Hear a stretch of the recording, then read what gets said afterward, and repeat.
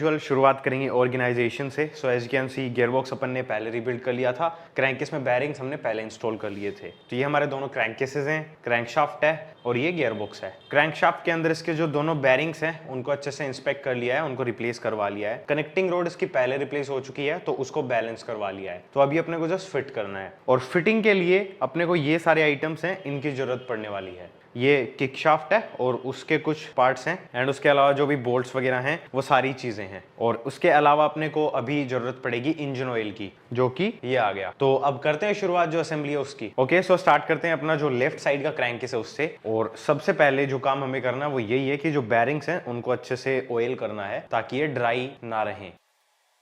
Oiling करने के बाद थोड़ा सा बैरिंग है उसको रोटेट करेंगे एंड इस प्रोसेस को रिपीट करेंगे।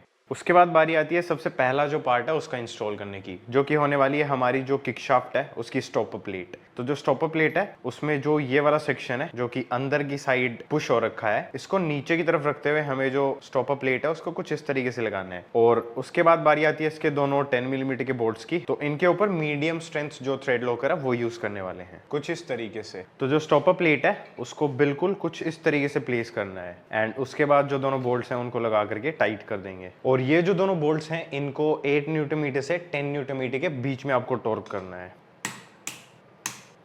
ऑलराइट, सो अभी एज ए नेक्स्ट स्टेप अपना जो गियरबॉक्स है उसको इंस्टॉल करने वाले हैं, जो कि हमने लास्ट वाली वीडियो में रिबिल्ड कर लिया था। तो अभी इसको इंस्टॉल करते टाइम जस्ट मेक श्योर करना है कि जो आउटपुट शाफ्ट में दोनों साइड वॉशर्स लगते हैं वो उनकी जगह पर हो। एंड उसके बाद ये जो साइड है आउटपुट शाफ्ट वाली, इसको ये वाला जो बैरिंग है इसके साथ अलाइन करना है और ये वाला जो पोर्शन है इसको इस वाले बैरिंग के साथ अलाइन करना है। और हमारा जो शिफ्टर ड्रम है उसका ये वाला जो सेक्शन है इसको यहाँ पर अलाइन करना है। ऑलराइट, सो इन सारी चीजों को माइंड में रखते हुए जो गियरबॉक्स है उसको एज एन असेंबली कुछ इस तरीके से इंस्टॉल करना है। एंड आपने नोटिस कर लिया होगा मेरे ख्याल से जो क्रैंकेस है उसको मैंने 2 वुड ब्लॉक्स हैं उनके ऊपर रख रखा है, बिकॉज हमारी जो शाफ्ट है वो हमारा जो क्रैंकेस है उससे बाहर निकलती है। तो अगर हम इसको लिफ्ट नहीं करेंगे तो फिर ये प्रॉपर्ली इंस्टॉल नहीं हो पाएगा। और अभी जो गियरबॉक्स असेंबली है उसको कंप्लीटली लुब्रिकेट करना है ईच एंड एवरी पार्ट। तो मैं वो कर लेता हूँ एंड उसके बाद अपनी जो नेक्स्ट स्टेप है जो कि क्रैंकशाफ्ट इंस्टॉलेशन की होने वाली है उसकी तरफ मूव ऑन करते हैं। क्रैंकशाफ्ट के दोनों बैरिंग्स को अच्छे से लुब्रिकेट कर लिया और बीच में यहाँ पर जो नीडल बैरिंग आता है उसको भी लुब्रिकेट कर लिया। तो सबसे पहले तो ये वाला जो सेक्शन है जिस साइड हमारा जो मैग्नेट है वो लगता है उस साइड को हम इस साइड रखेंगे, बिकॉज ये लेफ्ट क्रैंकेस है। और ये जो बैरिंग है इसको ये वाला जो स्लॉट है इसके अंदर जो कनेक्टिंग रोड है उसको ये वाला जो सेक्शन है इसकी तरफ रखते हुए स्लॉट में पुश कर देंगे। और जब क्रैंक पूरी इंस्टॉल हो जाएगी तो ये कुछ इस तरीके से रोटेट करेगी एंड इसकी जो ये कनेक्टिंग रोड है ये वाला जो सेक्शन है इसमें आधी अंदर की साइड रहेगी और आधी बाहर की तरफ। और अभी कनेक्टिंग रोड का जो बैरिंग है उसको कैसे लुब्रिकेट करते हैं वो मैं बता देता हूँ। तो यहाँ पर आपको ये जो होल दिख रहा है आपको इसके अंदर ऑयल पोर करना है और जो क्रैंकशाफ्ट है उसको कुछ इस तरीके से रोटेट करना है। वैसे ये प्रोसेस आपको इसको इंस्टॉल करने से पहले करनी है, बिकॉज जो कनेक्टिंग रोड वाला जो बैरिंग है वो बिल्कुल भी ड्राई नहीं चलना चाहिए। ऑलराइट, सो क्रैंक इंस्टॉल कर दी है हमने, गियरबॉक्स है वो इंस्टॉल कर दिया है। अब बारी आती है हमारी जो किकशाफ्ट है उसको इंस्टॉल करने की। लेकिन उससे पहले जो हमारी किकशाफ्ट है उसको हमें असेंबल करना पड़ेगा और इसका जो असेंबली का ऑर्डर है वो मैंने बिल्कुल उसी लगाया हुआ है जैसा कि इसको हम असेंबल करते टाइम लगाने वाले हैं। सो क्विक रेफरेंस के लिए आप यहाँ पर एक स्क्रीनशॉट ले सकते हैं। एनीवेज, अभी शुरुआत करते हैं हमारी जो शाफ्ट है उससे एंड ऑल द वे सारी चीजें इनको असेंबल कर लेते हैं। तो सबसे पहले शुरुआत करेंगे हमारा ये वाला जो गियर है इससे। तो इसमें जिस साइड ऊपर की तरफ टीथ बने हुए हैं उस सेक्शन को कुछ इस तरीके से होल्ड रखना है। पीछे की साइड एकदम प्लेन है वो कुछ इस तरीके से लगेगी और इसकी कोई भी टाइमिंग नहीं है बिकॉज ये फ्रीली रोटेट करती है। उसके बाद बारी आती है वॉशर को लगाने की। तो बेसिकली जो हमारी किकशाफ्ट है उसमें यहाँ पर 2 वॉशर्स लगते हैं। तो जो छोटा वाला वॉशर है वो बाद में लगेगा, अभी हमें जो बड़ी साइज का वॉशर है उसकी जरूरत है। तो ये लग गया हमारा वॉशर ऑल द वे नीचे की साइड एंड उसके बाद यहाँ पर एक सर्क्लिप लगेगी। तो मैं इसको एक बार आगे की तरफ करता हूँ और यहाँ पर आपको ये जो स्लॉट दिख रहा है ये वाला जो सर्क्लिप है वो इसमें लगने वाली है। तो सर्क्लिप का जो टूल आता है उसकी हेल्प से हम इसको थोड़ा सा एक्सपेंड करेंगे एंड उसके बाद जो सर्क्लिप है उसको ऑल द वे इसका जो स्लॉट है उसमें इंस्टॉल कर देंगे।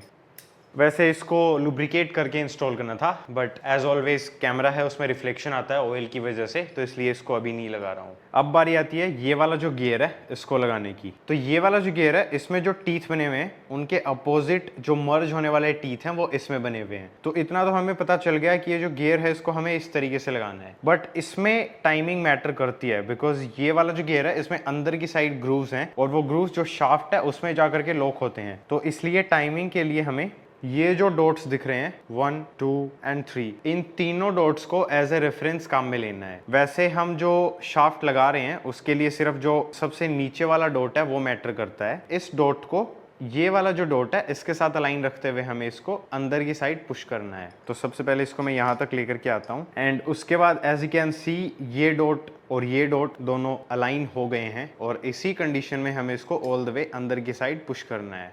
और ये जो दोनों गियर्स हैं ये आपस में कुछ इस तरीके से मर्ज रहते हैं और इनका जो मैकेनिज्म है वो जो सॉकेट सेट वाले रैचेट का जो मैकेनिज्म होता है उसके ऊपर बेस्ड है। मींस कि ये वन साइड लॉक होते हैं, इस साइड आप देख सकते हैं कि ये स्लिप कर रहे हैं और अगर दूसरी साइड आप इनको रोटेट करने की कोशिश करेंगे तो ये मर्ज हो जाएंगे एंड उसके बाद जो गियर है वो पूरा रोटेट होगा, बट दूसरी साइड ये स्लिप करते हैं। ऑलराइट, सो अब लगेगी ये एक स्प्रिंग जो कि बाई डायरेक्शनल है। मींस इसको आप इस साइड से भी लगा सकते हैं और इस साइड से भी लगा सकते हैं। तो इसको ड्रॉप करते हैं यहाँ पर कुछ इस तरीके से। उसके बाद लगेगी एक कैप। तो इस कैप में यहाँ पर एक स्लॉट बना हुआ है, वो स्लॉट नीचे की तरफ रखना है और जो प्लेन सेक्शन है उसको ऊपर की तरफ रखना है और इसको कुछ इस तरीके से ड्रॉप करना है कि ये जो स्प्रिंग है उसके ऊपर कुछ इस तरीके से लग जाए। उसके बाद जो कैप है उसको हम कुछ इस तरीके से पुश करके रखेंगे और ये एक सर्कलिप है जो कि हमें यहाँ पर ये जो स्लॉट बना हुआ है इसमें फिट करनी है।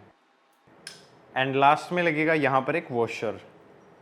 और अभी गियर शाफ्ट को मैंने लुब्रिकेट कर लिया है, इसकी ये वाली टिप है इसको भी, और जहां पर ये स्लॉट होगी उसको भी लुब्रिकेट कर लिया है। एंड अभी इसका ये वाला जो सेक्शन है इसको, ये जो प्लेट है इसके और ये वाला जो पोर्शन है इन दोनों के बीच में रखते हुए कुछ इस तरीके से ड्रॉप करेंगे कि इसका ये वाला जो गियर है इसके टीथ्स और जो हमारा फर्स्ट गियर आउटपुट शाफ्ट का उसके टीथ आपस में मर्ज हो जाएं और जो किक शाफ्ट है वो कुछ इस तरीके से फिट हो जाए। और अभी बारी आती है दो डाउल्स हैं उनको लगाने की। तो एक लोकेटिंग डाउल लगेगी यहाँ पर एंड जो दूसरे वाली है वो यहाँ पर लगेगी। उसके बाद लगाएंगे गैस्केट को। तो इसको मैंने थोड़ा सा ग्रीस यूज करके थोड़ा वेट कर लिया है। ये करना जरूरी तो नहीं है, बस इतना है कि अगर किसी भी मिस्टेक की वजह से हमें जो इंजन है उसको फिर से डिसमेंटल करना पड़ जाता है तब ये जो गैस्केट्स हैं ये हम रीयूज कर सकते हैं। तो इसमें जो लोकेटिंग डाउल्स हैं उनके जो होल्स हैं उनको अलाइन रखते हुए इसको कुछ इस तरीके से प्लेस करना है। सो गैस्केट है वो इंस्टॉल हो चुका है, बट ये वाला जो सेक्शन है ये हमें कट करना पड़ेगा। ये जो गैस्केट है उसको पैकेजिंग में कोई डैमेज ना हो इसलिए इसको अटैच करके दिया जाता है, बट हमें इसको इंस्टॉल करने के बाद ये वाला जो सेक्शन है इसको कट करना पड़ता है। तो इस साइड से इसको यहाँ से कट करना है एंड दूसरी साइड से भी सेम ही। ये वाला जो सेक्शन है ये हमें काम में नहीं लेना है। एंड उसके बाद बारी आती है जो हमारा आरएच कवर है उसको इंस्टॉल करने की। तो इसमें भी जो बैरिंग्स हैं और जहां पर क्रैंक वाला बैरिंग लगेगा उस एरिया को लुब्रिकेट करना है। एंड उसके बाद इसको फ्लिप करके इसके जो होल्स हैं सारे उनको प्रॉपरली जो भी शाफ्ट्स वगैरह हैं उनके साथ अलाइन करके कुछ इस तरीके से इंस्टॉल कर देना है। थोड़ा सा आपको टैप करना पड़े तो प्लास्टिक वाला जो मैलेट आता है उसकी हेल्प से आप टैप कर सकते हैं एंड उसके बाद आपका जो क्रैंकेस है वो अच्छे से फिट हो जाएगा। उसके बाद इसको एज इट इज होल्ड रखते हुए हम इसको फ्लिप कर देंगे। और अभी जो इंजन है उसको इंजन स्टैंड पे रखना पड़ गया बिकॉज इसकी जो किक शाफ्ट है वो इंटरफेयर कर रही थी। जो वुड ब्लॉक्स हैं वो इतने बड़े नहीं है कि जो किक शाफ्ट है उसको टच किए बिना इंजन है उसको होल्ड रख पाए। और अभी सबसे पहले ये 10 मिलीमीटर का बोल्ट है जो कि हमारा शिफ्टर ड्रम है उसको होल्ड करने का काम करता है, इसको लगाने वाले हैं। तो सबसे पहले हमारा जो शिफ्टर ड्रम है उसको दूसरी साइड से ऊपर की तरफ पुश करेंगे जिससे कि इसका जो स्लॉट है उसमें प्रॉपर्ली इंसर्ट हो जाए। एंड उसके बाद जो बोल्ट है उस पर मैंने थोड़ा सा थ्रेड लॉकर यूज किया है जिससे कि ये वाइब्रेशन से लूज ना हो। और फिर जो बोल्ट है उसको टाइट कर देंगे। और ये जो बोल्ट है इसका जो वॉशर है वो इसके साथ ही लगा रहता है, तो इसको आइडेंटिफाई करना काफी सिंपल है। और इसको 8 to 10 न्यूटन मीटर स्टॉक पे टाइट करना है। उसके बाद लगाएंगे इसकी कैप यहाँ पर कुछ इस तरीके से। उसके बाद बारी आती है क्रैंकेस के जो टोटल 7 बोल्ट्स हैं उनको लगाने की। तो जो 4 बोल्ट सबसे बड़े साइज के हैं वो 1, 2, 3 एंड 4 यहाँ पर लगेंगे। और यहाँ पर एक क्लैंप लगेगा जो कि कार्बोरेटर से जो पाइप निकलती है ड्रेन वाली उसको होल्ड रखने का काम करता है। उसके बाद बचे हुए जो 2 बोल्ट हैं जो कि सिमिलर साइज के हैं वो यहाँ पर लगेंगे 1 एंड 2। और लास्ट में जो सबसे छोटा बोल्ट बच गया वो लगेगा यहाँ पर। और अभी सबसे पहले ये जो बोल्ट्स हैं इनको क्रिस क्रॉस पैटर्न में हैंड टाइट करेंगे एंड उसके बाद इनको क्रिस क्रॉस पैटर्न में ही 8 to 10 न्यूटन मीटर्स के बीच में टॉर्क करना है।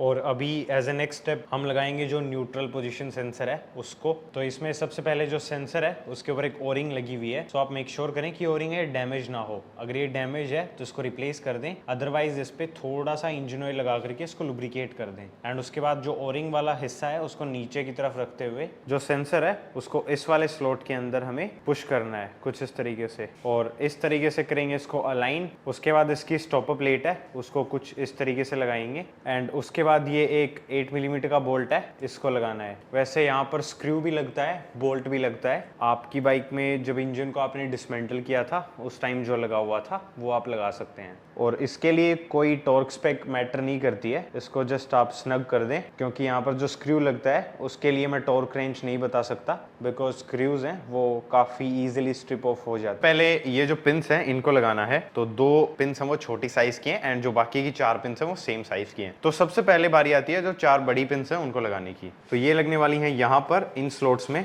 1 2 3 एंड 4, और जो छोटे वाली 2 पिन्स हैं वो इन दोनों स्लॉट्स में लगने वाली हैं 1 एंड 2।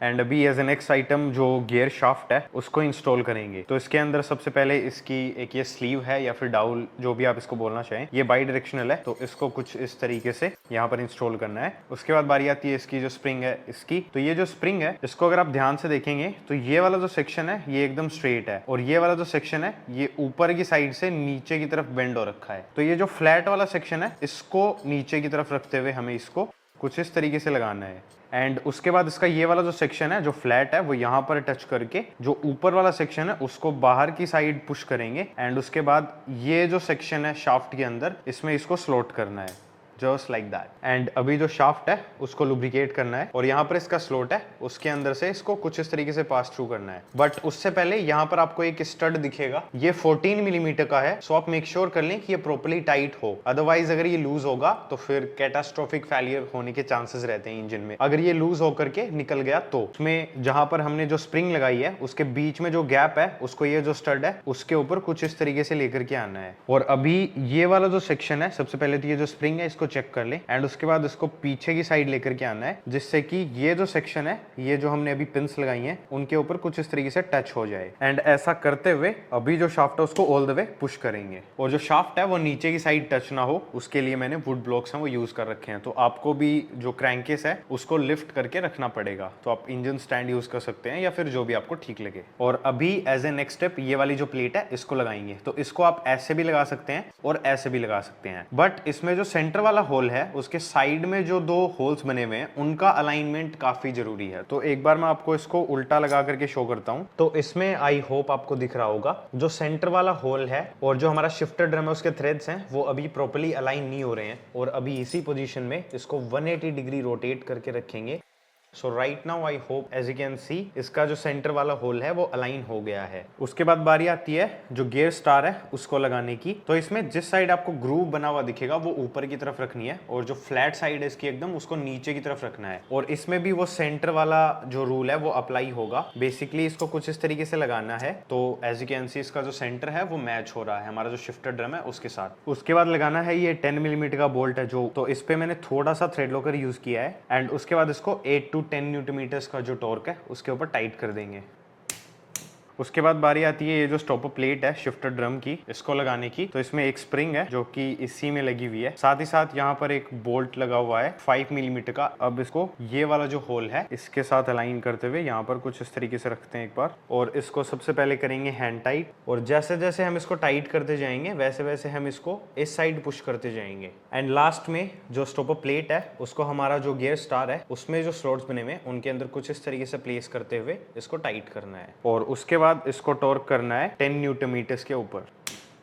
ऑलराइट, सो अब बारी आती है हमारी जो किक शाफ्ट है उसकी एक की लॉकिंग गियर है या फिर प्लेट जो भी आप बोलना चाहें उसको लगाने की। तो सबसे पहले जो स्प्रिंग है उसके अंदर आप ये जो इसके कट्स बने हुए हैं उनको ध्यान से देख लें, और ये जो ऊपर की साइड जो यू बेंड बना हुआ है इसके अंदर हमें ये जो गियर है इसको कुछ इस तरीके से ड्रॉप करना है कि इसका ये वाला जो सेक्शन है ये जो यू है इसके अंदर कुछ इस तरीके से लॉक हो जाए। और उसके बाद यहाँ पर एक डॉट बना हुआ है बहुत ही बारीक सा, आई होप आप इसको देख पा रहे होंगे। इस डॉट को जो स्प्रिंग है उसको इस तरीके से रखते हुए इस डॉट के साथ अलाइन करते हुए हमें लगाना है। राइट, सो सबसे पहले इसको जो गियर है उसके अंदर कुछ इस तरीके से इंस्टॉल करेंगे एंड जो डॉट है उसको अलाइन रखते हुए इसको ड्रॉप करेंगे। राइट, सो जो दोनों डॉट्स हैं उनको मैंने अलाइन कर लिया है। अभी ये वाली जो गियर है इसमें ये वाला जो सेक्शन है इसको यहाँ पर इस जगह पर हमें लॉक करके रखना है कुछ इस तरीके से। इसको यहाँ पर लॉक करके रखते हुए होल्ड रखना है एंड उसके बाद ये वाली जो स्प्रिंग है इसको एक प्लायर की हेल्प से ऑल द वे यहाँ तक लेकर के आना है एंड उसके बाद ये जो सेक्शन बना हुआ है इसमें इसको ड्रॉप करना है एंड उसके बाद ये वाला जो गियर है उसको ऑल द वे अंदर की तरफ हम पुश करेंगे जितना हम कर सकते हैं। और उसके बाद यहाँ पर जो डॉट है उसके जस्ट सामने जो हमारी गियर है उसका डॉट होना चाहिए। अगर ऐसा नहीं है तो आपको इसको फिर से रिमूव करके फिर से लगाना पड़ेगा प्रॉपर अलाइनमेंट के साथ। और अभी लगानी है ये सर्क्लिप जो कि लगेगी यहाँ पर और इसका काम ये है कि ये जो प्लेट है ये इसको ऊपर की साइड ना निकलने दे। तो जो सर्क्लिप है उसको थोड़ा सा एक्सपेंड करते हुए इसका जो स्लॉट है उसके अंदर ले जा करके लॉक कर देंगे। एक बार अच्छे से चेक कर लेंगे और यहाँ पर साथ ही साथ हम जो हमारा गियर शिफ्टिंग है वो प्रॉपर्ली हो रहा है या नहीं उसको भी अभी चेक कर सकते हैं। तो उसके लिए सबसे पहले हम आइडेंटिफाई करेंगे कि जो गियर है वो अभी कौन सा सिलेक्टेड है। तो इनपुट शाफ्ट को हम अभी रोटेट कर रहे हैं and as you can see जो आउटपुट शाफ्ट है उसमें कोई भी टाइप का मूवमेंट नहीं है। सो दैट मीन्स कि अभी जो गियर है वो न्यूट्रल है। इनपुट शाफ्ट को रोटेट करते हुए 10 मिलीमीटर का जो स्पैनर है या फिर सॉकेट है उसकी हेल्प से जो शिफ्टर ड्रम है उसको क्लॉकवाइज ट्विस्ट करेंगे। सो ये फर्स्ट गियर है वो इंगेज हो गया है, ये हो गया सेकंड, ये हो गया थर्ड एंड ये हो गया फोर्थ।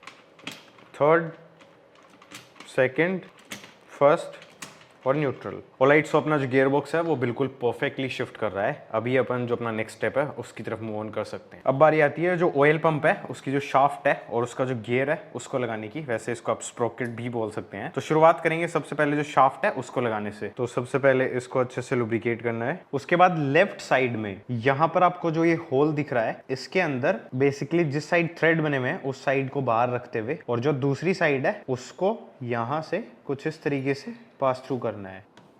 उसके बाद चेक कर लें कि ये ऑल द वे इस साइड आ जाए और इसको रोटेट करके देख लें कि ये स्मूथली रोटेट हो रहा है या नहीं। उसके बाद जो स्प्रोकेट है उसको भी आपको कंप्लीटली ऑयल्ड अप करना है दोनों साइड से एंड उसके बाद स्प्रोकेट में इस साइड कुछ लेटर्स वगैरह लिखे हुए हैं, हीरो की जो मार्किंग है वो भी है, बट आप जो स्प्रोकेट यूज कर रहे हैं उसमें दोनों साइड कुछ भी नहीं लिखा हुआ है। तो भी यहाँ पर ये वाला सेक्शन देखिए आप कितना उभरा हुआ है और दूसरी साइड अगर आप ध्यान से देखेंगे तो ये जो सेक्शन है ये थोड़ा सा बाहर निकला हुआ है। तो जो साइड ज्यादा बाहर निकली हुई है उसे हमें अंदर की तरफ रखना है एंड उसके बाद ये जो स्प्रोकेट है इसको यहाँ पर कुछ इस तरीके से रखते हुए पुश करना है अंदर की साइड इस टाइप से कि जो स्प्रोकेट के अंदर जो थ्रेड्स बने हुए हैं वो जो हमारी शाफ्ट है उसके अंदर जो थ्रेड्स बने हुए हैं उनके साथ जाकर के मर्ज हो जाए। और ये करना अगर आपको ट्रिकी लग रहा है देन आप ये जो स्टेप है ये क्रैंक केस है उसको असेंबल करने से पहले कर सकते हैं, तब ये काफी इजी रहेगा।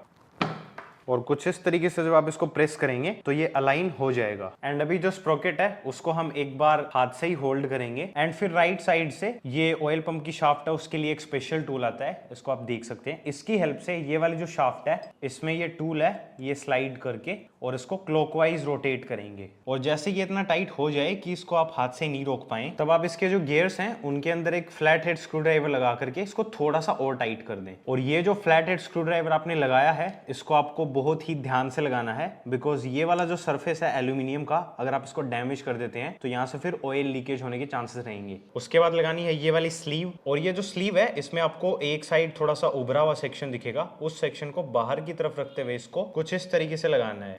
उसके बाद ये वाला जो सेक्शन है यहाँ पर हमारा जो ऑयल पंप है वो लगने वाला है तो यहाँ पर अच्छे से ऑयल है वो लगाना है।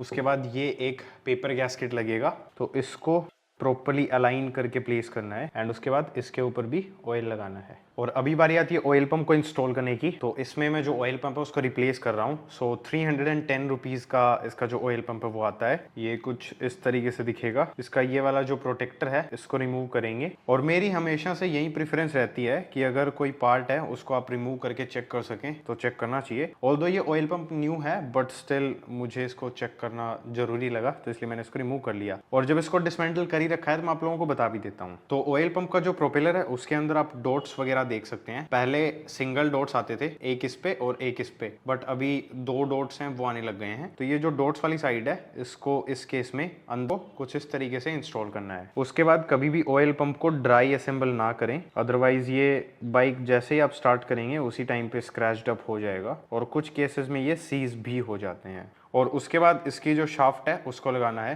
तो शाफ्ट में जिस साइड कट बना हुआ है वो हमारी जो ऑयल पंप की जो बड़ी वाली शाफ्ट है उसके साथ मर्ज होगा, तो इसको बाहर की तरफ रखना है, विच मीन्स कि हमें इसको इस तरीके से इंस्टॉल करना है। साथ ही साथ जो प्रोपेलर है छोटा वाला उसके अंदर एक कट बना हुआ है, तो उसके साथ हमें जो शाफ्ट है उसको अलाइन करते हुए कुछ इस तरीके से पुश करना है। और यहाँ पर लगी हुई है एक पेपर गैस्केट, तो उसको भी आप अच्छे से चेक कर ले। उसके बाद लगेगी इसकी कैप। तो जो कैप है उसमें एक साइड प्लेन है जिसमें यहाँ पर एक उभरा हुआ सेक्शन है, तो वो अंदर की तरफ रखते हुए ये वाला जो पोर्शन है कैप का इसको ऊपर की साइड रखेंगे एंड उसके बाद इसके जो होल्स हैं उनको करेंगे अच्छे से अलाइन और फिर इसमें इस टाइप के 3 स्क्रूज लगेंगे, उनको लगाना है। तो मैं इनको टाइट कर लेता हूँ एंड उसके बाद जो ऑयल पंप है उसको फिट करते हैं। और ऑयल पंप को लगाते टाइम ये वाली जो शाफ्ट है उसके साथ ये जो कट है इसको अलाइन करते हुए जो ऑयल पंप है उसको प्लेस करना है। उसके बाद लगाएंगे इसके 3 बोल्ट्स, तो उसमें से 2 बोल्ट्स हैं वो छोटी साइज के हैं और 1 बोल्ट है वो बड़ी साइज का है। तो सबसे पहले जो बड़ी साइज का बोल्ट है वो यहाँ पर लगेगा, ये जो सेक्शन उठा हुआ है यहाँ पर, एंड उसके बाद ये जो 2 बोल्ट्स हैं ये यहाँ पर लगेंगे। और ये जो तीनों बोल्ट्स हैं इनको 8 न्यूटन मीटर के ऊपर टॉर्क करना है। और अब बारी आती है जो प्राइमरी गियर है उसको लगाने की। तो इसमें जिस साइड फ्लैट सेक्शन है वो साइड ऊपर की तरफ रखेंगे और जिस साइड गियर खत्म होने के बाद में एक कॉलर जैसा दिख रहा है उसको नीचे की साइड रखते हुए इसको यहाँ पर कुछ इस तरीके से ड्रॉप करना है। और इसकी कोई भी टाइमिंग नहीं है। अभी सबसे पहले ये एक इस टाइप का वॉशर है, वैसे वॉशर इसमें काफी लगते हैं बट ये वाला जो वॉशर है इसको मैं पास से दिखा देता हूँ कि ये कैसा दिखता है। सो ये वाला जो वॉशर है इसको यहाँ पर जो हमारी इनपुट शाफ्ट है उसमें कुछ इस तरीके से ड्रॉप करना है ऑल द वे।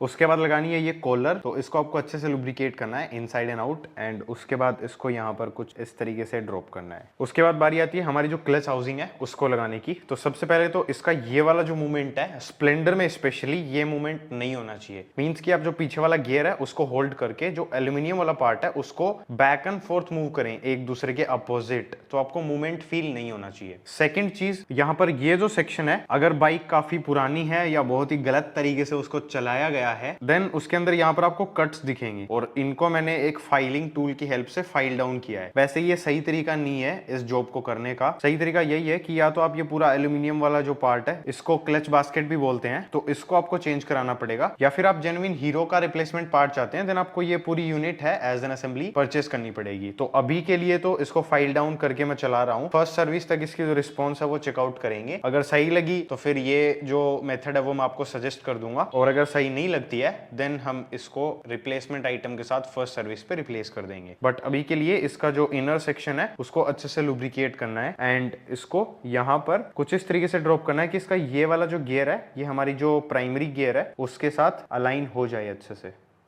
उसके बाद हमें ये 3 टाइप के वॉशर्स हैं इनको लगाना है। तो सबसे पहले ये वाला जो वॉशर है ये लगेगा, उसके बाद 2 ये कट वॉशर्स हैं इनको लगाना है एंड उसके बाद इनकी जो ये कैप है ये लगने वाली है। तो सबसे पहले ये जो वॉशर है इसको यहाँ पर ड्रॉप करना है। उसके बाद ये जो दोनों कट वॉशर्स हैं वो इनपुट शाफ्ट में एक स्लॉट बना हुआ है जो कि अभी आप स्क्रीन पर देख सकते हैं, इसके अंदर इन दोनों को कुछ इस तरीके से लॉक करते हुए इंस्टॉल करना है एंड उसके बाद लगेगी ये कैप। इस कैप में एक साइड सेक्शन बना हुआ है और दूसरी साइड प्लेन है, तो जो प्लेन साइड है उसको ऊपर की तरफ रखते हुए इसको जो कट वॉशर्स हमने लगाए हैं उनके ऊपर प्लेस करना है। उसके बाद बारी आती है हमारा जो क्लच सेट है, मींस की क्लच का हब, सेंटर और फ्रिक्शन प्लेट्स और प्रेशर प्लेट्स, इनको असेंबल करने की। तो हब और सेंटर है वो इसका बिल्कुल सही था तो मैं उसको चेंज नहीं कर रहा हूं, बट इसमें जो क्लच प्लेट्स हैं means friction and pressure plates हैं वो चेंज हो रही हैं। तो फ्रिक्शन प्लेट्स हैं वो 4 पीसेस हैं 360 रुपीज के और जो प्रेशर प्लेट्स हैं वो 3 पीसेस हैं 90 रुपीज के। ऑलराइट, सो शुरुआत करते हैं अपना जो क्लच हब है उससे। तो सबसे पहले इसका ये वाला जो सरफेस है इसको लुब्रिकेट करेंगे, उसके बाद इंस्टॉल करना है फ्रिक्शन प्लेट है उसको। और फ्रिक्शन प्लेट को इंस्टॉल करते टाइम इसमें जो भी मार्किंग्स वगैरह बनी हुई है उनको हम ऊपर की तरफ रखने वाले हैं, लेकिन हमारा जो क्लच हब है वो इंस्टॉल होने के बाद कुछ इस तरीके से लगेगा, तो इसलिए ये जो मार्किंग्स हैं इनको अभी हम नीचे की तरफ रखेंगे जिससे कि जब हम इसको इंस्टॉल कर दें तो जो मार्किंग्स हैं वो ऊपर की तरफ आ जाएं। उसके बाद जो फ्रिक्शन प्लेट है उस पे लगाना है ऑयल और उसके बाद लगानी है एक प्रेशर प्लेट। अब प्रेशर प्लेट है उसको जब आप फील करेंगे तो एक साइड आपको बहुत स्मूथ लगेगी और दूसरी जो साइड है वो आपको थोड़ी सी रफ या फिर शार्प फील होगी। तो जो साइड शार्प फील होगी उसको हम नीचे की तरफ रखेंगे, बट अगेन जो हब है वो अभी हमने उल्टा पकड़ रखा है, तो इसलिए जो स्मूथ साइड है उसको नीचे की तरफ कर देते हैं।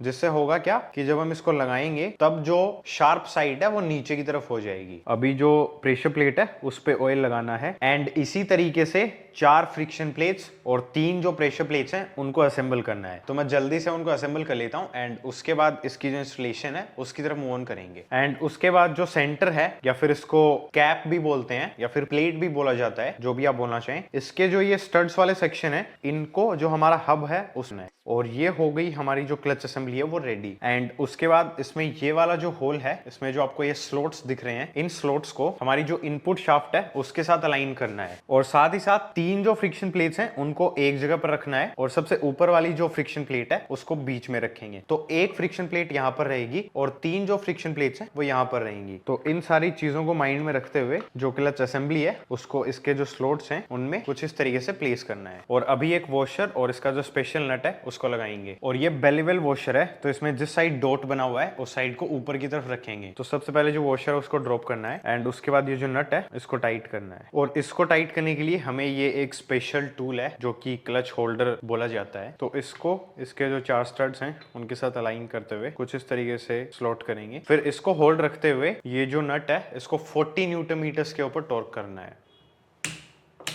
उसके बाद ये एक स्ट्रेनर है, इसको यहां पर लगाना है कुछ इस तरीके से। फिर बारी आती है ये एक बाउल है इसको लगाने की। तो इसमें जिस साइड इसके क्लैंप्स लगे हुए हैं उसको नीचे की तरफ रखते हुए इसको इन दोनों होल्स के साथ अलाइन करना है। एक ये रहा और दूसरा ये रहा, और अलाइन करते हुए इसको कुछ इस तरीके से प्लेस करना है। एंड उसके बाद लगाने हैं इसके 2 8 मिलीमीटर के बोल्ट्स, जिनको आप 8 to 10 न्यूटन मीटर टॉर्क के ऊपर टाइट कर देना।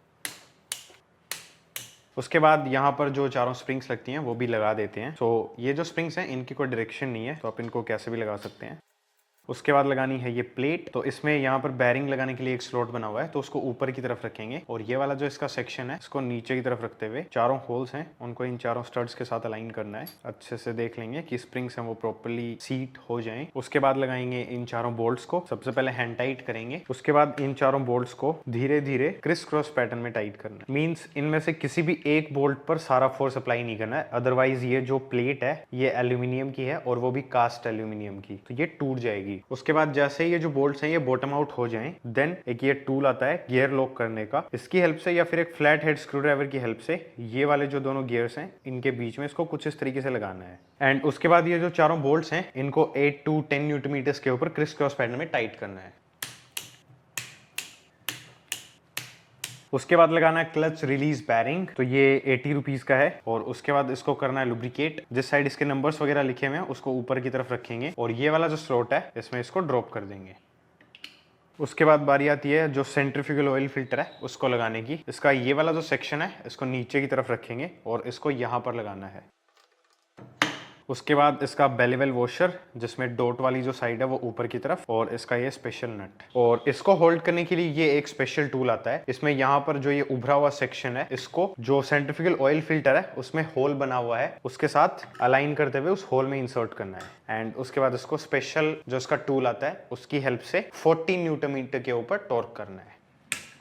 उसके बाद जो COF है उसमें यहाँ पर गैस्केट लगेगा, तो उस वाले सेक्शन को अच्छे से ऑयल से लुब्रिकेट कर देंगे। ये रहा इसका गैस्केट। इसके जो होल्स हैं उनको अलाइन करते हुए इसको प्लेस करना है और इसके ऊपर फिर से ऑयल लगाएंगे। और अब लगानी है इसकी कैप, बट उससे पहले इसमें ये एक ऑयल सील लगती है, इसको लगाना है। तो ऑयल सील का जो ओपन सेक्शन है उसको बाहर की तरफ रखेंगे और ये वाला जो सेक्शन है इसको अंदर की तरफ। बेसिकली जो ऑयल सील है उसको कुछ इस तरीके से लगाना है, बट इंस्टॉल करने से पहले इसका ये वाला जो सेक्शन है उसको ऑयल से लुब्रिकेट कर लेंगे और सेम जो प्रोसेस है वो जो ऑयल सील है उसके साथ करनी है। एंड उसके बाद स्लॉट है उसमें इसको रख के कुछ इस तरीके से प्रेस कर देना है। और अभी जो कैप है उसका ये वाला जो सेक्शन है इसमें जो होल्स हैं उनको अलाइन करते हुए इसको फ्लिप करके ये सेक्शन हमें ऊपर की तरफ रखना है एंड इसको इसकी जो पोजीशन है वहां पर प्लेस कर देंगे। और अभी लगाएंगे इसके 4 स्क्रूज, इनको नॉर्मली टाइट करना है, ज्यादा फोर्स अप्लाई नहीं करना है इन पे। उसके बाद यहाँ पर एक डाउल लगानी है और दूसरी वाली डाउल है वो यहाँ पर लगेगी। उसके बाद जो इसका पेपर गैस्केट है उसको मैंने ग्रीस से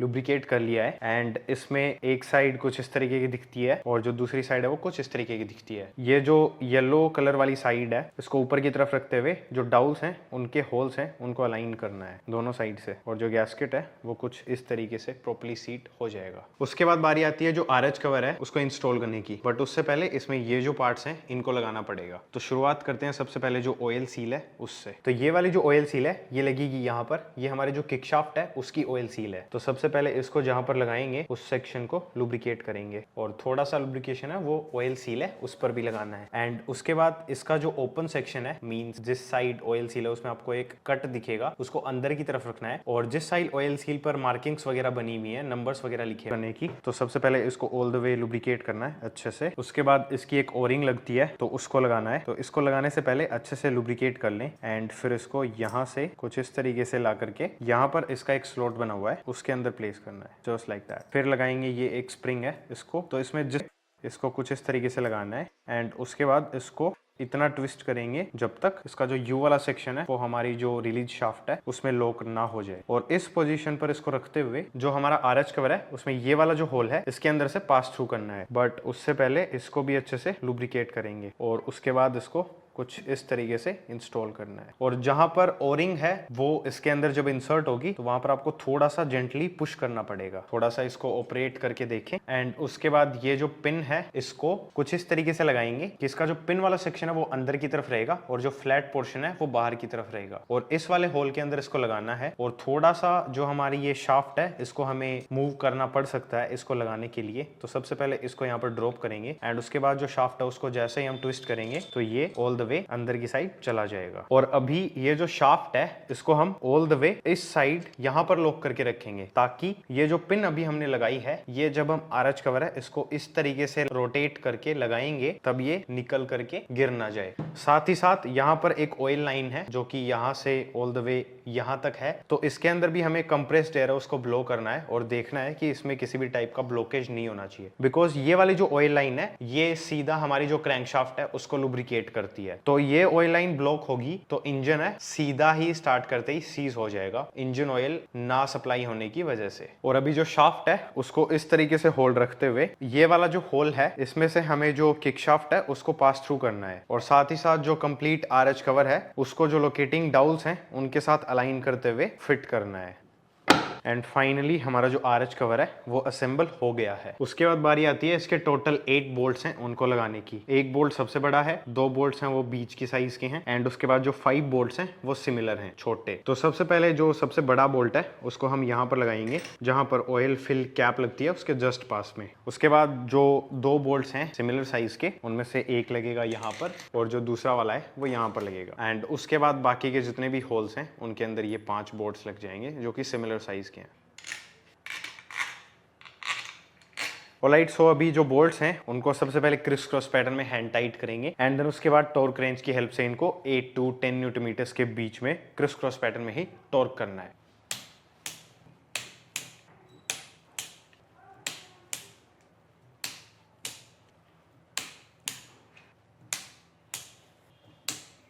ऑलराइट, सो अब बारी आती है जो ऑयल डिपस्टिक है या फिर ऑयल फिल कैप। तो इसमें यहाँ पर एक ओरिंग लगती है, इसको थोड़ा सा लुब्रिकेट करना है एंड उसके बाद इसका जो स्लॉट है वहां तक इसको ऑल द वे पुश कर देना है एंड फिर इसका जो होल है उसमें से इसको इंसर्ट करते हुए हैंड टाइट कर देंगे। वैसे अभी इसको ज्यादा टाइट नहीं करेंगे,